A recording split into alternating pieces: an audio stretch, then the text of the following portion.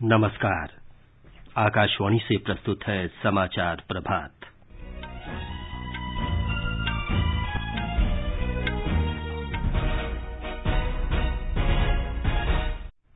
प्रधानमंत्री नरेंद्र मोदी ने गरीबों को मुफ्त राशन उपलब्ध कराने के लिए प्रधानमंत्री गरीब कल्याण अन्न योजना नवंबर तक बढ़ाने की घोषणा की।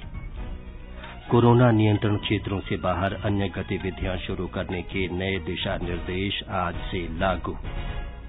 ओडिशा के 10 जिलों में सप्ताहांत पूर्णबंदी लागू रहेगी।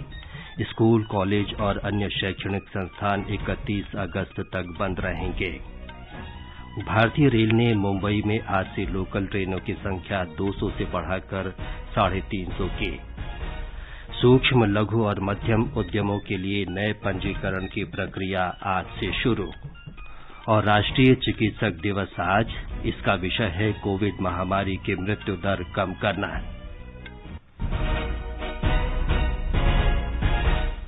समाचार प्रभात में अपनी सहयोगी प्रियंका अरोड़ा के साथ मैं विमलेंदु पांडे। प्रधानमंत्री नरेंद्र मोदी ने देश भर में 80 करोड़ लोगों को अगले 5 महीने तक मुफ्त राशन देने की घोषणा की है। कल शाम राष्ट्र को संबोधित करते हुए श्री मोदी ने कहा कि प्रधानमंत्री गरीब कल्याण अन्न योजना का इस साल नवंबर तक विस्तार कर दिया गया है। सरकार द्वारा अब जुलाई, अगस्त, सितंबर, अक्टूबर, नवंबर में भी 80 करोड़ से ज्यादा गरीब भाई बहनों को हर महीने परिवार के हर सदस्य को 5 किलो गेहूं या 5 किलो चावल मुफ्त मुहैया कराया जाएगा और साथ ही प्रत्येक परिवार को हर महीने 1 किलो चना भी मुफ्त दिया जाएगा। प्रधानमंत्री गरीब कल्याण अन्न योजना के इस विस्तार में 90,000 करोड़ रुपए से ज्यादा खर्च होंगे। प्रधानमंत्री ने कहा कि पिछले 3 महीनों में करीब 20 करोड़ गरीब लोगों के जनधन खातों में 31,000 करोड़ रुपए अंतरित किए गए। इसी तरह 9 करोड़ से अधिक किसानों के बैंक खातों में 18,000 करोड़ रुपए भेजे गए हैं। गरीबों को रोजगार उपलब्ध कराने के लिए चलाए जा रहे प्रधानमंत्री गरीब कल्याण रोजगार अभियान पर 50,000 करोड़ रुपए खर्च किए जा रहे हैं। श्री मोदी ने कहा कि देश एक राष्ट्र एक राशन कार्ड की दिशा में आगे बढ़ रहा है, जिससे रोजगार के लिए एक राज्य से दूसरे राज्य में जाने वाले गरीब मजदूरों को बड़ा फायदा होगा। अब पूरे भारत के लिए एक राशन कार्ड की व्यवस्था भी हो रही है, यानी एक राष्ट्र एक राशन कार्ड। इसका सबसे बड़ा लाभ उन गरीब साथियों को मिलेगा जो रोजगार या दूसरी आवश्यकताओं के लिए अपना गांव छोड़कर के कहीं और जाते हैं। प्रधानमंत्री ने कल्याण योजना को सफल बनाने में किसानों और ईमानदार करदाताओं के योगदान के लिए आभार व्यक्त किया। सरकार अगर मुफ्त अनाज दे पा रही है तो इसका श्रेय प्रमुख रूप से 2 वर्गों को जाता है। पहला, हमारे देश के मेहनती किसान और दूसरा, हमारे देश के ईमानदार टैक्स पेयर। आपका परिश्रम, आपका समर्पण ही जिसकी वजह से देश ये मदद कर पा रहा है। आपने ईमानदारी से टैक्स भरा है, अपना दायित्व निभाया है। प्रधानमंत्री ने कहा कि आने वाले समय में सरकार गरीबों और जरूरतमंद लोगों को अधिकार संपन्न बनाने के लिए काम करती रहेगी। आत्मनिर्भर भारत के लिए कार्य करने और वोकल फॉर लोकल के प्रति अपने संकल्प को दोहराते हुए उन्होंने लोगों से अपने स्वास्थ्य का ध्यान रखने, मास्क पहनने और 2 गज की दूरी बनाए रखने के मंत्र पर कड़ाई से अमल करने का आग्रह किया। गुजरात के मुख्यमंत्री विजय रूपाणी ने प्रधानमंत्री की नई घोषणा का स्वागत किया है। उन्होंने कहा कि इस योजना से उन गरीब परिवारों को मदद मिलेगी जिन्हें पूर्णबंदी के कारण सबसे अधिक कष्ट उठाने पड़े। श्री रूपाणी ने एक राष्ट्र एक राशन कार्ड योजना को गरीबों के हित का निर्णय बताया। भारतीय जनता पार्टी की गुजरात शाखा के अध्यक्ष जीतू वाघाणी ने भी प्रधानमंत्री की घोषणा की सराहना करते हुए इसे गरीबों के लिए मददगार बताया। प्रधानमंत्री ने कोविड-19 के लिए टीका बनाने की तैयारियों और उसकी उपलब्धता की समीक्षा के लिए कल एक उच्च स्तरीय बैठक की अध्यक्षता की। प्रधानमंत्री ने कहा कि देश की विशाल जनसंख्या के लिए टीकाकरण और चिकित्सा आपूर्ति के प्रबंधन के साथ ही प्रक्रिया में शामिल विभिन्न एजेंसियों के बीच समन्वय और उनकी भूमिका पर ध्यान देना होगा। इस राष्ट्रीय प्रयास में निजी क्षेत्र और नागरिक समाज दोनों को अपनी भूमिका निभानी होगी। प्रधानमंत्री ने निर्देश दिया कि व्यापक टीकाकरण के लिए एक विस्तृत योजना तत्काल बनाने की आवश्यकता है। इस बैठक में टीके के विकास के लिए किए जा रहे प्रयासों की व्यापक समीक्षा की गई। इससे पहले औषधि महानियंत्रक ने हैदराबाद की एक कंपनी द्वारा तैयार कोविड के टीके का मानव परीक्षण करने की अनुमति दे दी है। निजी क्षेत्र की कंपनी ने इस टीके का विकास भारतीय आयुर्विज्ञान अनुसंधान परिषद के साथ मिलकर किया है। लोगों पर इस टीके का परीक्षण 2 चरणों में होगा और ये इसी महीने शुरू होगा। कोवैक्सीन नामक ये टीका अब तक किए गए परीक्षणों में सफल रहा है। कोरोना नियंत्रण क्षेत्रों से बाहर गतिविधियां शुरू करने के लिए अनलॉक 2 के नए दिशा निर्देश आज से लागू हो गए हैं। गतिविधियां फिर शुरू करने की चरणबद्ध प्रक्रिया आगे बढ़ा दी गई है। निर्देशों में कहा गया है कि कोरोना नियंत्रण क्षेत्रों में पूर्णबंदी इस वर्ष 31 जुलाई तक कड़ाई से लागू की जाएगी। नए दिशा निर्देशों के अंतर्गत मेट्रो रेल सेवा, सिनेमा हॉल, जिम, तरणताल, मनोरंजन पार्क, थिएटर, बार, ऑडिटोरियम, असेंबली हॉल और इस तरह के कई स्थानों के खुलने की अनुमति नहीं दी गई है। गृह मंत्रालय ने कहा है कि राज्यों और केंद्र शासित प्रदेशों के साथ व्यापक विचार विमर्श के बाद ये फैसला लिया गया है। स्कूल, कॉलेज और कोचिंग संस्थाएं भी 31 जुलाई तक बंद रहेंगी। दिशा निर्देशों के अनुसार रात्रि कर्फ्यू के समय में ढील दी गई है और ये अब रात 10 बजे से सुबह 5 बजे तक लागू रहेगा।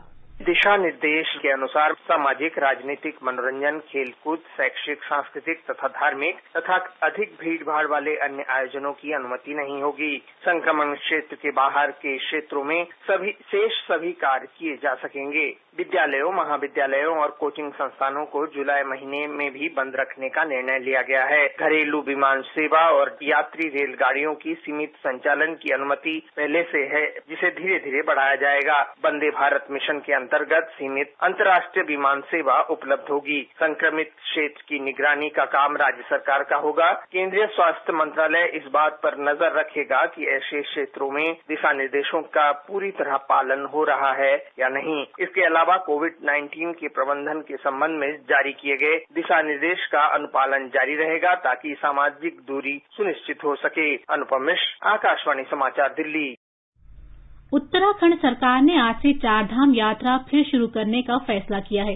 केदारनाथ, बद्रीनाथ, गंगोत्री और यमुनोत्री की यात्रा के लिए सरकार ने नए दिशा निर्देश जारी किए हैं। उत्तराखंड के लोगों को ही सीमित संख्या में इस यात्रा में शामिल होने की अनुमति दी जाएगी। उत्तराखंड 4 धाम देवस्थानम बोर्ड के अनुसार यात्रा के लिए लोगों को संबंधित धाम के जिला प्रशासन से अनुमति के लिए ऑनलाइन आवेदन करना होगा।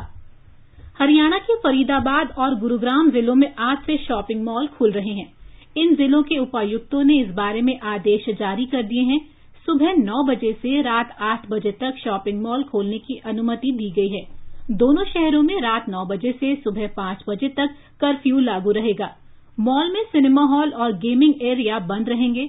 रेस्तरां और खानपान परिसरों को भी केवल 50% क्षमता के साथ चलाने की अनुमति दी गई है। लोगों को सुरक्षित दूरी बनाए रखने और मास्क लगाने जैसी सावधानियां बरतनी होंगी। मास्क न लगाने वालों को 500 रुपए जुर्माना देना पड़ सकता है। ओडिशा सरकार ने राज्य में कोविड-19 से संक्रमित लोगों की बढ़ती संख्या को ध्यान में रखते हुए 10 जिलों में सप्ताहांत पूर्णबंदी की घोषणा की है। इनमें गजपति, खुर्दा, कटक, जाजपुर और जगतसिंहपुर जिला शामिल हैं। आवश्यक गतिविधियों को छोड़कर रात्रि कर्फ्यू रात 9 बजे से सुबह 5 बजे तक जारी रहेगा। स्कूल, कॉलेज और अन्य शैक्षिक संस्थान शिक्षण कार्य के लिए 31 अगस्त तक बंद रहेंगे। राज्य के मुख्य सचिव असित त्रिपाठी ने बताया कि सिनेमा हॉल, थिएटर, जिम, तरणताल, मनोरंजन पार्क, बार, ऑडिटोरियम, सभागार और इस तरह अन्य स्थान इस महीने के अंत तक बंद रहेंगे। केंद्रीय स्वास्थ्य मंत्रालय के मानक संचालन प्रक्रिया के अनुसार होटल और रेस्तरां खोलने की अनुमति होगी। राष्ट्रीय और राज्य के राजमार्गों तथा प्रमुख सड़कों पर ढाबे खुलेंगे, लेकिन वहां खाने की अनुमति नहीं होगी और भोजन पैक कराकर ले जाया जा सकता है। भारतीय रेल ने मुंबई में लोकल ट्रेन सेवाओं की संख्या बढ़ाकर 350 करने का निर्णय किया है। अभी 200 लोकल ट्रेनें चलाई जा रही हैं, जिनमें से 130 रेलगाड़ी छत्रपति शिवाजी महाराज टर्मिनस और कसारा, कल्याण, डोंबिवली और ठाणे के बीच मुख्य लाइन पर चल रही है। मौजूदा सेवाओं में 150 और रेलगाड़ी जोड़ी जा रही है।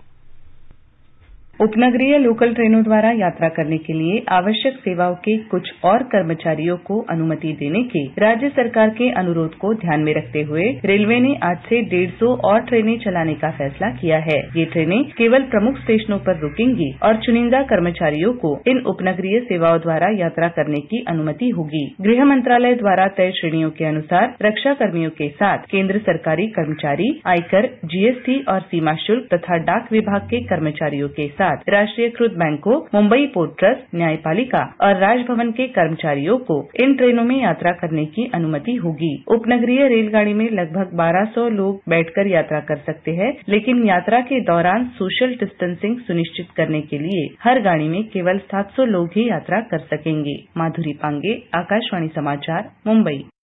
भारतीय नौसेना का पोत आईएनएस जलाश्व आज सवेरे ईरान से 687 फंसे भारतीयों को लेकर तमिलनाडु के थूथुक्कुडी के वीओ चिदम्बरनार बंदरगाह पहुंचा।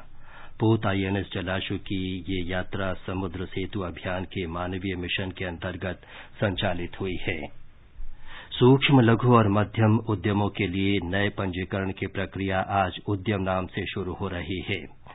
ये प्रक्रिया पूरी तरह ऑनलाइन, कागज रहित और स्वघोषणा पर आधारित है।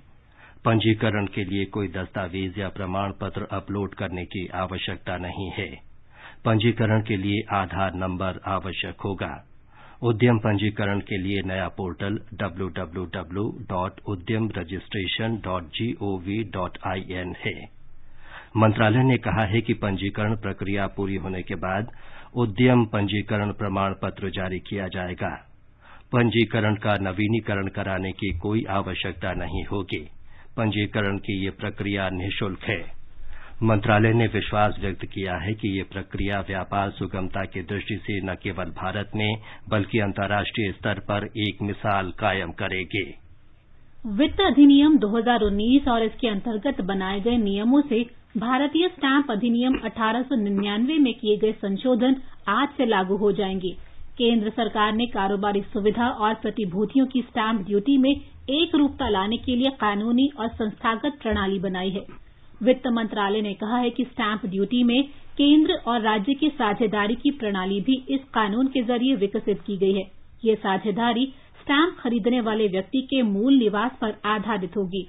मंत्रालय ने कहा है कि प्रतिभूति बाजार के कारोबार में स्टैंप शुल्क लेने की मौजूदा प्रणाली में एक ही दस्तावेज की अलग अलग दरें हैं, जिसके कारण कार्यक्षेत्र को लेकर विवाद उभरते रहते हैं और कारोबार की लागत भी बढ़ती है। स्टैंप ड्यूटी की वसूली की केंद्रीय प्रणाली से न्यूनतम लागत और राजस्व में बढ़ोतरी की आशा है। आगे बढ़ने से पहले एक नजर फिर से मुख्य समाचारों पर। प्रधानमंत्री नरेंद्र मोदी ने गरीबों को मुफ्त राशन उपलब्ध कराने के लिए प्रधानमंत्री गरीब कल्याण अन्न योजना नवंबर तक बढ़ाने की घोषणा की। कोरोना नियंत्रण क्षेत्रों से बाहर अन्य गतिविधियां शुरू करने के नए दिशा निर्देश आज से लागू। ओडिशा के 10 जिलों में सप्ताहांत पूर्णबंदी लागू रहेगी। स्कूल, कॉलेज और अन्य शैक्षणिक संस्थान 31 अगस्त तक बंद रहेंगे। भारतीय रेल ने मुंबई में आज से लोकल ट्रेनों की संख्या 200 से बढ़ाकर 350 की। सूक्ष्म, लघु और मध्यम उद्यमों के लिए नए पंजीकरण की प्रक्रिया आज से शुरू। और राष्ट्रीय चिकित्सक दिवस आज, इसका विषय कोविड महामारी से मृत्यु दर कम करना है। सरकार ने कहा है कि देश में कोविड-19 महामारी से स्वस्थ हुए लोगों की संख्या मरीजों की संख्या की तुलना में 1,20,000 से अधिक हो गई है। स्वास्थ्य मंत्रालय ने कहा है कि केंद्र और राज्य सरकारों के प्रयासों से रोगियों के ठीक होने की दर तेजी से बढ़ी है और 59% से ज्यादा हो गई है। 3,34,000 से अधिक रोगी स्वस्थ हो चुके हैं। पिछले एक दिन में कुल 13,000 रोगी स्वस्थ हुए हैं। इस समय देश में 2,15,000 रोगियों का इलाज चल रहा है। बिहार में कोविड-19 के 370 नए मामलों के साथ इस महामारी से संक्रमित लोगों की संख्या 9,988 हो गई है। अब तक 71 लोगों की मृत्यु हो चुकी है। हमारे संवाददाता ने बताया है कि 7,544 रोगियों को उपचार के बाद अस्पतालों से छुट्टी दे दी गई है। राज्य में अब स्वस्थ होने की दर 75% से अधिक हो गई है। बिहार में 2 आईपीएस अधिकारी समेत 189 पुलिसकर्मी कोरोना वायरस से संक्रमित हो चुके हैं। इसके अलावा राज्य के विभिन्न इलाकों में तैनात सीआरपीएफ के 17 जवान भी कोरोना की चपेट में आ गए हैं। पटना के पालीगंज में आयोजित शादी समारोह में शामिल 115 लोगों के संक्रमित पाए जाने के बाद राज्य सरकार ने पूरे मामले के जांच के आदेश दिए हैं। इस बीच राज्य के विभिन्न इलाकों में 1025 कंटेनमेंट जोन घोषित किए गए हैं। इन क्षेत्रों में रहने वाले प्रत्येक लोगों के स्वास्थ्य की जांच की जा रही है। आकाशवाणी समाचार के लिए पटना से कृष्ण कुमार लाल। गुजरात में पिछले 24 घंटे में कोविड-19 के 626 नए रोगियों का पता लगने के साथ राज्य में इस महामारी से संक्रमित लोगों की संख्या 32,446 हो गई है। राज्य में अब तक 1,848 लोग जान गंवा चुके हैं। एक रिपोर्ट। गुजरात में सामने आए संक्रमण के 620 नए मामलों में सबसे अधिक 183 सूरत शहर से दर्ज हुए। अहमदाबाद शहर में 182 नए मामले दर्ज किए गए। आधिकारिक सूत्रों के अनुसार राज्य के कुल 6,928 सक्रिय मामलों में से 71 मरीजों की स्थिति गंभीर है और इन्हें वेंटिलेटर पर रखा गया है। राज्य में पिछले 24 घंटों के दौरान 422 मरीजों को अस्पतालों से छुट्टी दी गई है। इसके साथ ही कोविड-19 से ठीक होने वाले मरीजों की कुल संख्या 23,670 हो गई है। राज्य में अब तक 3,73,000 से अधिक लोगों को कोविड-19 के लिए परीक्षण किया जा चुका है।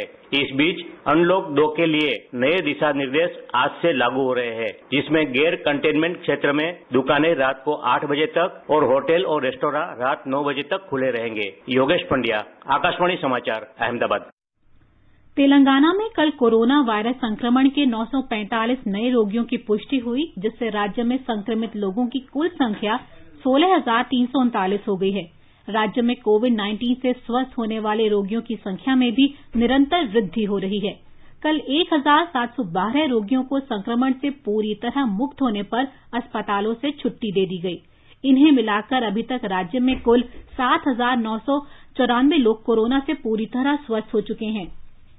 सामाजिक स्वास्थ्य के क्षेत्र में काम करने वाले आशा कार्यकर्ता कोरोना वायरस के खिलाफ लड़ाई में महत्वपूर्ण भूमिका निभा रहे हैं।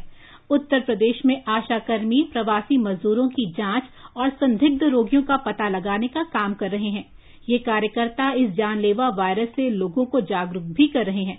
राष्ट्रीय स्वास्थ्य मिशन के तहत देश के ग्रामीण और शहरी क्षेत्रों में लगभग 10 लाख आशा कार्यकर्ता कार्यरत हैं, जिनमें 1,67,000 उत्तर प्रदेश में हैं।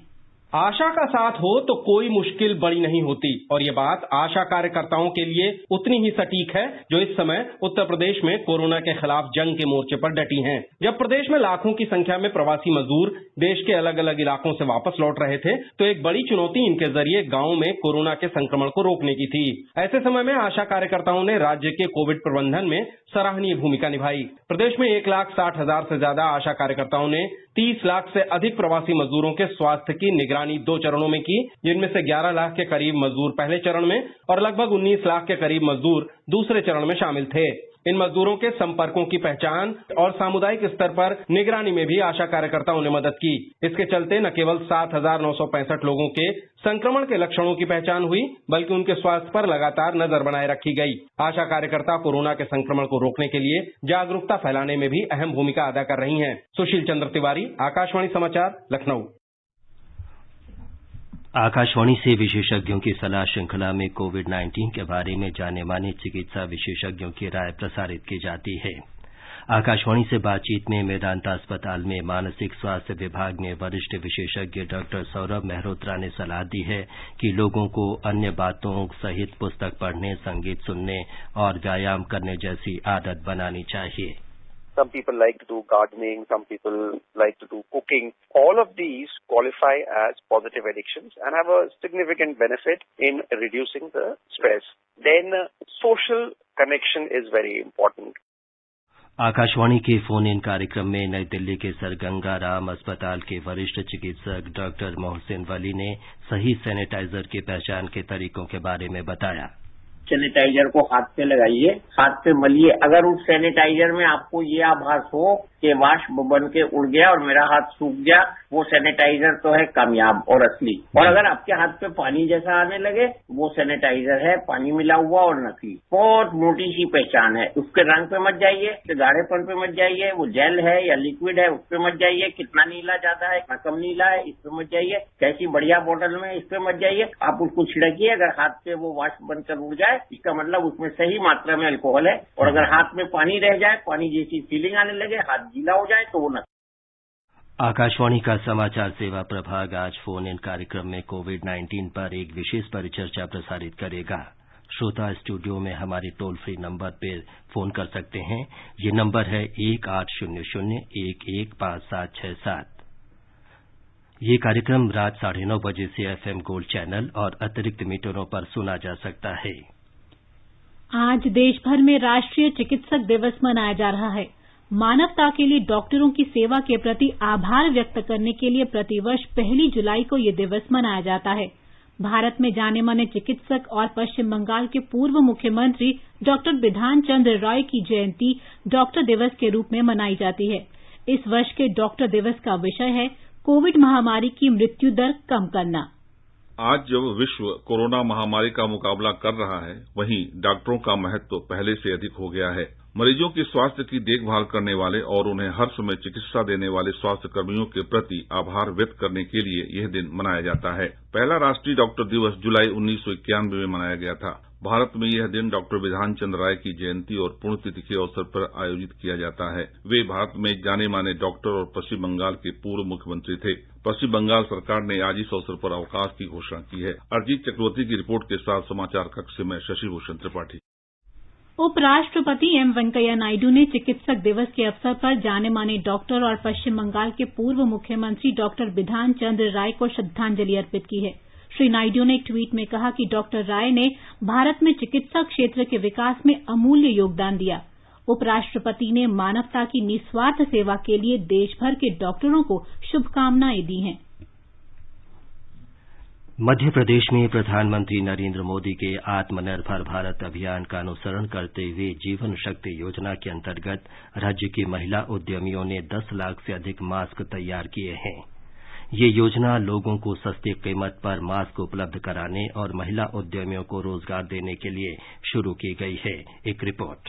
महिलाओं को स्थानीय स्तर पर रोजगार उपलब्ध कराने और कोरोना संक्रमण से आम जनता को बचाने के लिए जीवन शक्ति योजना के जरिए राज्य में कम लागत पर बड़ी संख्या में मास्क बनाने का कार्य किया गया है। राज्य सरकार द्वारा इन महिला उद्यमियों को अब तक 1 करोड़ 9 लाख रुपए से अधिक का भुगतान भी किया गया है। महिला उद्यमियों द्वारा बनाए गए मास्क को जिला स्तर पर 11 रुपए प्रति मास्क की दर से बेचा जा रहा है। जीवन शक्ति योजना में 10,000 से अधिक महिलाओं ने मास्क बनाने के लिए अपना पंजीयन कराया है। उल्लेखनीय बात यह भी है कि महिला उद्यमियों को 2 करोड़ रुपए से अधिक की लागत वाले लगभग 20 लाख मास्क बनाने के ऑर्डर पहले ही दिए जा चुके हैं। वहीं दूसरी ओर राज्य सरकार ने कोरोना वायरस संक्रमण के कारण राज्य के सभी स्कूलों को 31 जुलाई तक बंद करने का आदेश दिया है। मध्य प्रदेश स्कूल शिक्षा विभाग द्वारा जारी इस आदेश में कहा गया है कि स्कूलों में ऑनलाइन कक्षाएं जारी रह सकती हैं। संजीव शर्मा, आकाशवाणी समाचार, भोपाल। और अब एक नजर आज के मौसम के पूर्वानुमान पर। दिल्ली में आंशिक रूप से बादल छाए रहेंगे और गरज के साथ बौछार होने की संभावना है। यहां न्यूनतम तापमान 26 डिग्री दर्ज किया गया, अधिकतम तापमान 39 डिग्री सेल्सियस रहने का अनुमान है। मुंबई में भी आमतौर पर बादल छाए रहेंगे और बारिश भी हो सकती है। मुंबई में अधिकतम तापमान 33 डिग्री सेल्सियस हो सकता है। चेन्नई में न्यूनतम तापमान 26 डिग्री सेल्सियस रहा और अधिकतम 36 डिग्री सेल्सियस के रहने के आसार हैं। कोलकाता में आंशिक रूप से बादल छाए रहेंगे और 1-2 बार बारिश होने या गरज के साथ बौछारें पड़ने की संभावना है। पटना में हल्की बरसात की संभावना है। जम्मू में न्यूनतम तापमान 25 डिग्री रहा और अधिकतम 38 डिग्री सेल्सियस रहने की संभावना है। श्रीनगर में आसमान आमतौर पर साफ रहेगा। गिलगित में न्यूनतम तापमान 14 डिग्री दर्ज किया गया, अधिकतम 35 डिग्री सेल्सियस रहेगा। मुजफ्फराबाद का तापमान अधिकतम 37 डिग्री सेल्सियस के आसपास रहने का अनुमान है। समाचार कक्ष से ममता किरण। ये समाचार हमारी वेबसाइट newsonair.com/hindi पर भी उपलब्ध हैं। और अब प्रियंका, आज के समाचार पत्रों में क्या खास है? जी विमलेंदु, प्रधानमंत्री नरेंद्र मोदी का राष्ट्र के नाम संबोधन अखबारों की बड़ी खबर है। हिन्दुस्तान की सुर्खी है 80 करोड़ लोगों को नवंबर तक हर माह मुफ्त राशन। प्रधानमंत्री ने गरीब कल्याण अन्न योजना का विस्तार किया। श्री मोदी ने लोगों को सचेत भी किया। अनलॉक 1 में लापरवाही बढ़ी, सतर्कता जरूरी। भारत और चीन की सेना के कोर कमांडर स्तर की बैठक पर दैनिक जागरण का शीर्षक है, भारत ने कहा लद्दाख में चीन की नई सीमा रेखा मंजूर नहीं। बैठक में वास्तविक नियंत्रण रेखा पर यथास्थिति बहाल करने और सैनिकों को तत्काल हटाने की शर्त रखी। नवभारत टाइम्स का कहना है, चीन के 59 ऐप पर पाबंदी से बौखलाया चीन, अंतर्राष्ट्रीय और स्थानीय कानूनों का दिया हवाला। दैनिक भास्कर ने इसे डिजिटल सर्जिकल स्ट्राइक की संज्ञा दी है। अमर उजाला का कहना है, अब चीनी कंपनी हुआवे को 5G की दौड़ से बाहर करने की तैयारी। गृह मंत्री अमित शाह की बैठक में फैसले पर बनी सैद्धांतिक सहमति। उधर राजस्थान पत्रिका लिखता है, अमेरिका ने 5G से चीन को बाहर फेंका, भारत में तैयारी। चीन ने भारतीय न्यूज पोर्टल पर अपने यहां रोक लगाई। जनसत्ता की सुर्खी है, 8 बुनियादी उद्योगों में मई में 23.4% की गिरावट। उर्वरक को छोड़कर सभी 7 प्रमुख क्षेत्रों में उत्पादन घटा। लेकिन अमर उजाला का कहना है, अप्रैल के मुकाबले मई महीने में 14% सुधार हुआ। दैनिक जागरण की टिप्पणी है, आमदनी मात्र 45,000 करोड़ रुपए, खर्च 5 लाख करोड़ के पार। मुश्किल हालात में पूर्णबंदी की वजह से सरकार के राजस्व संग्रह पर भारी दबाव। कोरोना महामारी पर दैनिक भास्कर की सुर्खी है, अब सिर्फ 3 देशों में रोज 1 लाख मरीज मिलने लगे। 60% नए मरीज अमेरिका, ब्राजील और भारत में ही आ रहे हैं। 33 करोड़ आबादी वाले अमेरिका में संक्रमण की दूसरी लहर, रोज 40,000 से ज्यादा नए मरीज। राजस्थान पत्रिका की खबर है, आंध्र प्रदेश में 2 महीने में तीसरी बार गैस रिसाव। विशाखापट्टनम की फार्मा कंपनी में 2 लोगों की मौत, तुरंत फैक्ट्री बंद करने के दिए निर्देश। अंत में मुख्य समाचार एक बार फिर। प्रधानमंत्री नरेंद्र मोदी ने गरीबों को मुफ्त राशन उपलब्ध कराने के लिए प्रधानमंत्री गरीब कल्याण अन्न योजना नवंबर तक बढ़ाने की घोषणा की। कोरोना नियंत्रण क्षेत्रों से बाहर अन्य गतिविधियां शुरू करने के नए दिशा निर्देश आज से लागू। ओडिशा के 10 जिलों में सप्ताहांत पूर्णबंदी लागू रहेगी। स्कूल, कॉलेज और अन्य शैक्षणिक संस्थान 31 अगस्त तक बंद रहेंगे। भारतीय रेल ने मुंबई में आज से लोकल ट्रेनों की संख्या 200 से बढ़ाकर 350 की। सूक्ष्म, लघु और मध्यम उद्यमों के लिए नए पंजीकरण की प्रक्रिया आज से शुरू। और राष्ट्रीय चिकित्सक दिवस आज, इसका विषय कोविड महामारी की मृत्यु दर कम करना है। इसके साथ ही समाचार प्रभात का ये अंक समाप्त हुआ। नमस्कार।